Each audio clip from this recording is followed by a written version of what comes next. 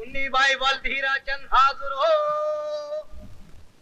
सरकार, पूरी बात बताते हुए मुझे शर्म भी आती है और याद करके मेरा दिल भी घबराता है, मगर मैं खामोश रहूंगी तो मेरी बेटी के साथ इंसाफ कैसे होगा? आधी रात गुजर चुकी थी, हम अपना गाना बजाना बंद करके सब सो गए थे कि अचानक ये शख्स राजेश्वर शराब के नशे में धुत हमारे घर के दरवाजे को तोड़कर अंदर चला आया और कहने लगा, क्षमा कहाँ है?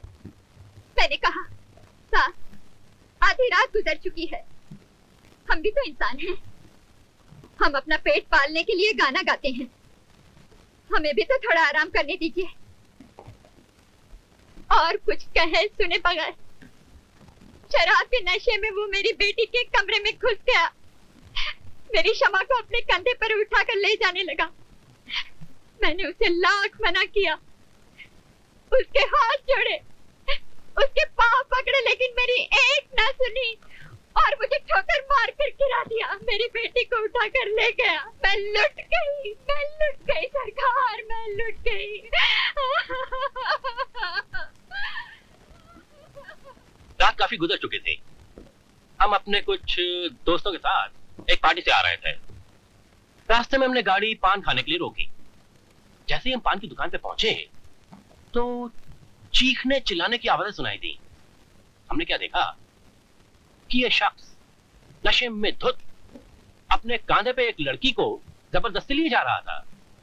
क्या आप बता सकते हैं कि वो लड़की कौन थी? जी हाँ, जरूर बता सकते हैं। मैं घबरा कर चीख कर आत्महत्या हो चुकी थी। उसी हालत में मुझे आदमी अपने घर ले गया। घर ले जाकर उसने मुझे पटक दिया, मुझे मारा और मेरे साथ। क्या किया तुम्हारे साथ? बोलो। मुझे इस वहशी दरिंदे ने बेइज्जत कर दिया और मेरी इज्जत लूट ली। जज साहब, ऐसे इंसान को सजा मिलनी ही चाहिए, जरूर मिलनी चाहिए।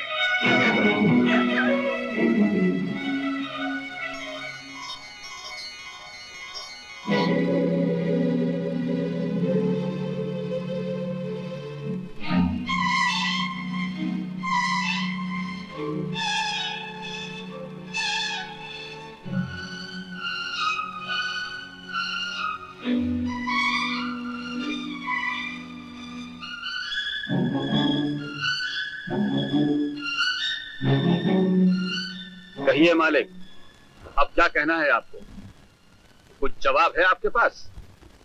सबकी जबानें बिक चुकी हैं, सबकी जेबें भर दी गई, इसीलिए मुंह से खरीदे हुए अल्फाज निकल रहे हैं। हमें किसी की परवाह नहीं है, हमें कमल पे पूरा भरोसा है। वो भी बिक चुका है मालिक, वो भी बिक चुका है। नहीं, कमल कभी नहीं बिक सकता। पूछिए अपने दिल से, आपकी बेगुनाही का सबूत पैदा करने के लिए क्या किया उसने? आज मैं उनसे मिलने गया था, मिलने से इनकार कर दिया। जब उनकी तरफ देखता हूं तो नजरें चुरा लेते हैं। नजरें वो चुराता है जिसके मन में चोर होता है, और चोर का कोई ईमान नहीं होता, कोई दोस्त नहीं होता। तुम सच कह रहे हो? बरसों से आपका नमक खा रहा हूं मालिक, झूठ नहीं।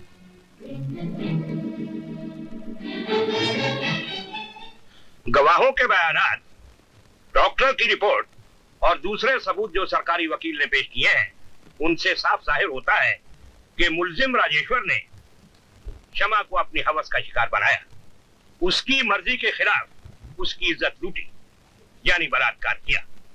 इसलिए ये अदालत मुल्जिम राजेश्वर को जेर दफा 376 ताजीरात हिंद के तहत 7 साल कैद व मुशक्कत की सजा देती है।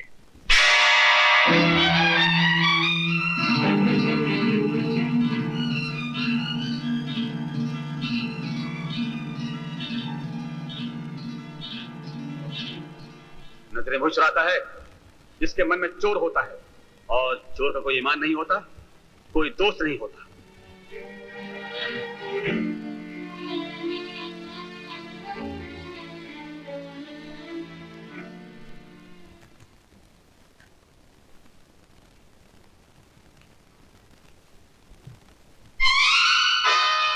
ये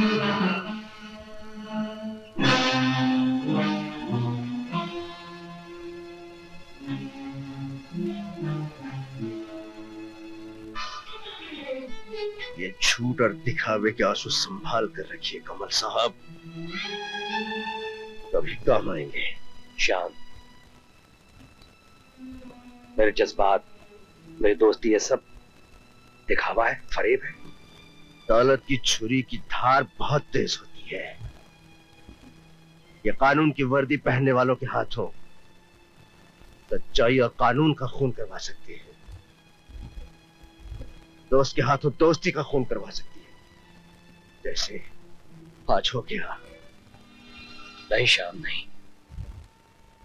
कमल अपनी जिंदगी को मौत के हाथों बेच सकता है, मगर अपना फर्ज, अपनी वर्दी, अपनी दोस्ती को रिश्वत के गंदे हाथों दागदार नहीं होने दे सकता।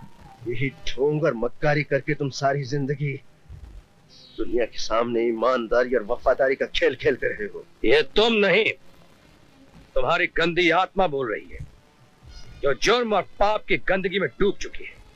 अपने गुनाहों पर अल्फाज के पर्दे डालने की कोशिश मत करो कमल। पर्दे डालने की जरूरत पड़ती है तुम जैसे झूठे लोगों को। तुम्हारा ये तंज, तुम्हारा ये इल्जाम एक खिसियानी बिल्ली की तरह है जो अपने दोस्ती के नाखून से कानून के खंभों को खरोचना चाहती है। हम थूकते हैं ऐसी दोस्ती पर। थूको अपनी जिंदगी पे श्याम, थूको अपनी ऐसी गिरी हुई हरकतों पे। ठीक है एसपी साहब, आज जिस तरह हम खरीदने वाले दुश्मनों और बिकने वाले दोस्तों के बीच में पिसकर रह गए हैं, 7 साल बाद जब हम लौट के आएंगे तो तुम्हें दुश्मनी और बदले की चक्की में इस तरह पीस कर रख देंगे कि ना तुम जी सकोगे ना तुम्हें मौत आएगी।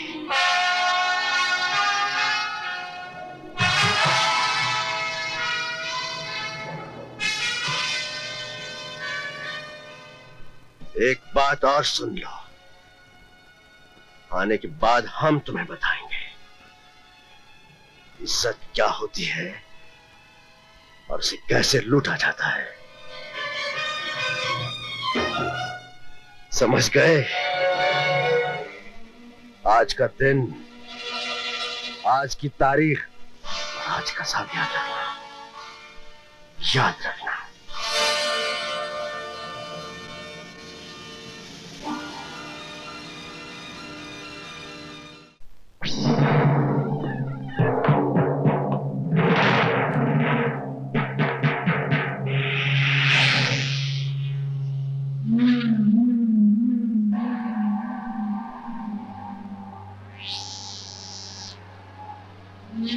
टैक्सी।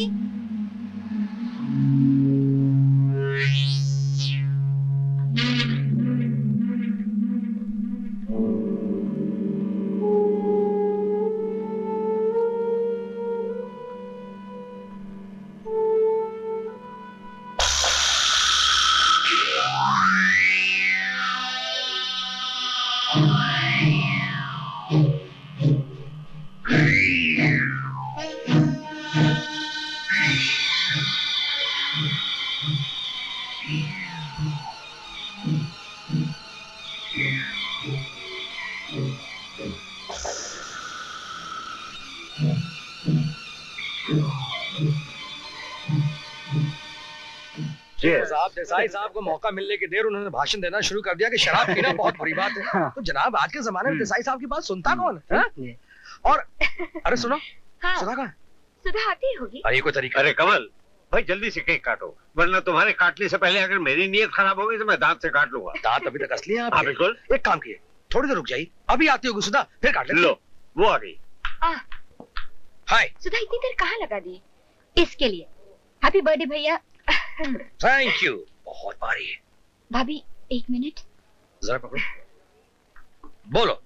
भैया, आज शाम से एक आदमी मेरा पीछा कर रहा है। कौन? वो तो मैं जानती नहीं, लेकिन मैं जहाँ जाती हूँ वो दूर खड़ा मुझे घूरता रहता है। उसे देखकर तो मेरे हाथ पांव कांप जाते हैं। हम खुश हुए। हाँ? मेरा मतलब कि हम नाखुश हुए। एक पुलिस ऑफिसर की बहन होकर तुम एक मामूली से आदमी से डर गई? भाई वाह, क्या गुलदस्ता है। गुलदस्ता है क्या गुलिस्तान है? अरे वाह, इसमें तो भेजने वाले का नाम ही नहीं है। हाँ? कैसा दोस्त है जो उसने, वेट ए मिनट, ऐसा गुलदस्ता तो कुछ साल पहले भी आ चुका है। ये फूल किसने भेजे? साथ दाढ़ी वाला एक आदमी लेकर आया। दाढ़ी वाला? कब? अभी थोड़ी देर हुई।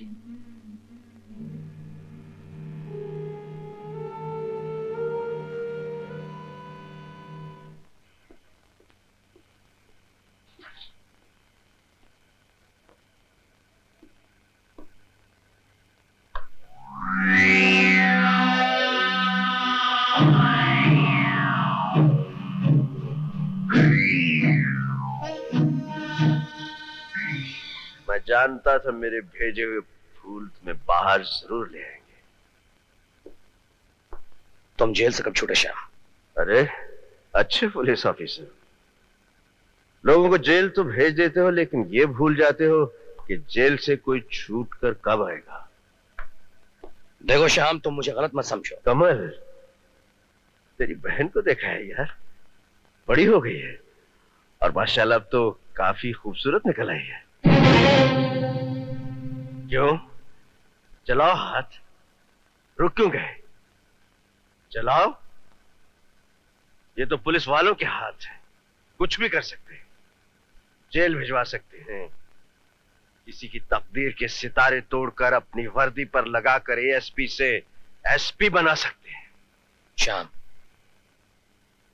तुम यहां से चले जाओ। श्याम, जा रहा हूं एसपी साहब, जा रहा हूं। याद होगा जेल जाते वक्त मैंने आपसे कुछ फरमाया था। अब मेरा मकसद क्या है तुम अच्छी तरह समझ गए होगे। सालगिरह मुबारक हो।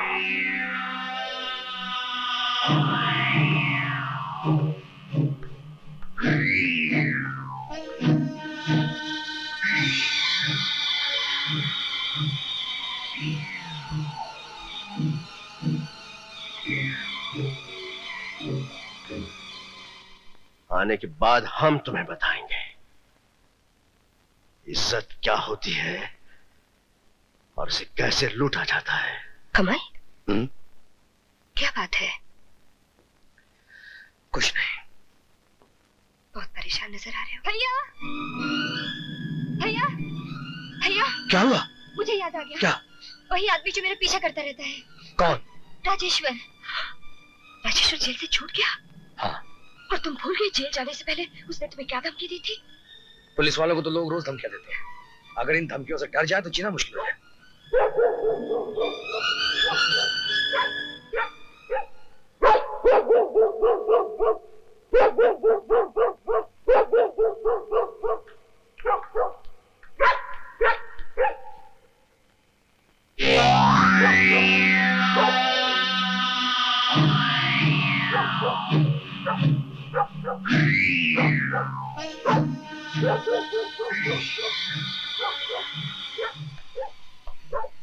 अब मैं तुम्हें घर से बाहर नहीं जाने दूंगी। लेकिन भाभी, मेरे कल चैरिटी प्रोग्राम का क्या होगा? आप और भैया भी तो कल आ रहे हैं वहां पे।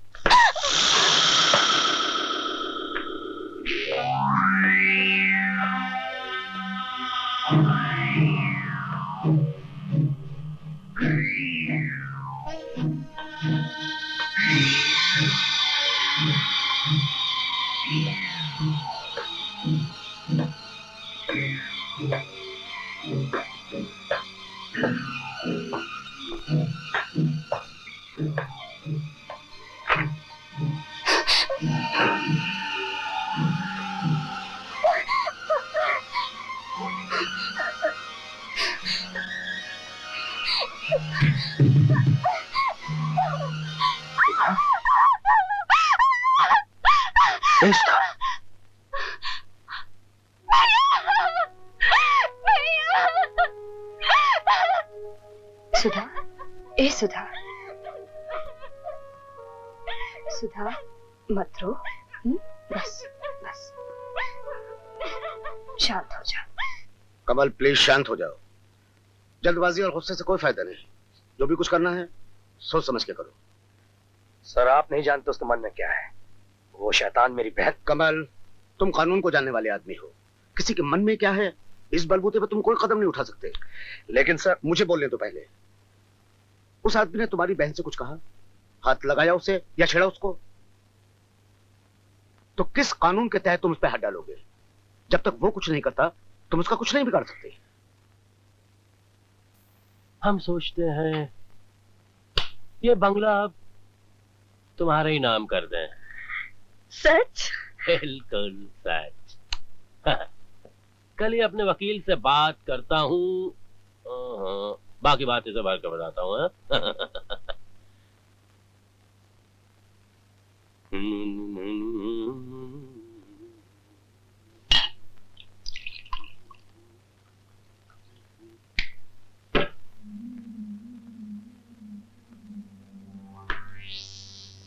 कौन है?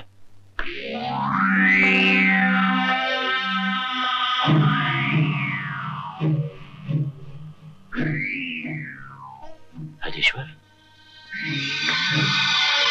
मक्खन, ये बात तो समझ में आती है कि तुमने मुन्नी बाई की जुबान 7 लाख में खरीद कर हमारी आजादी छीन ली, लेकिन ये बात समझ में नहीं आती कि आज तुमने किसी की जिंदगी को मौत की नींद क्यों सुला दिया। मौत की नींद? मैंने?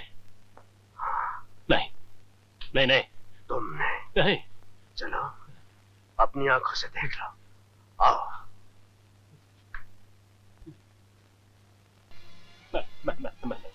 मैंने कोई खून नहीं किया है। मैंने कोई खून नहीं किया है।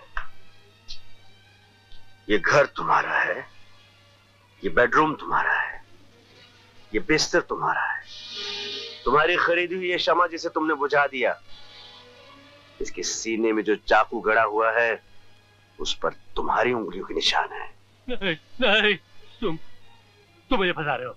हाँ, मैं तुम्हें फंसा रहा हूं। तुमने भी हमें फंसाया था हमारे खिलाफ झूठी गवाही देकर, लेकिन हम तुम्हारे खिलाफ सच्चा सबूत देकर तुम्हें फांसी के तख्ते पर लटकाएंगे। फांसी? मैं मरना नहीं चाहता, मुझे माफ कर देना।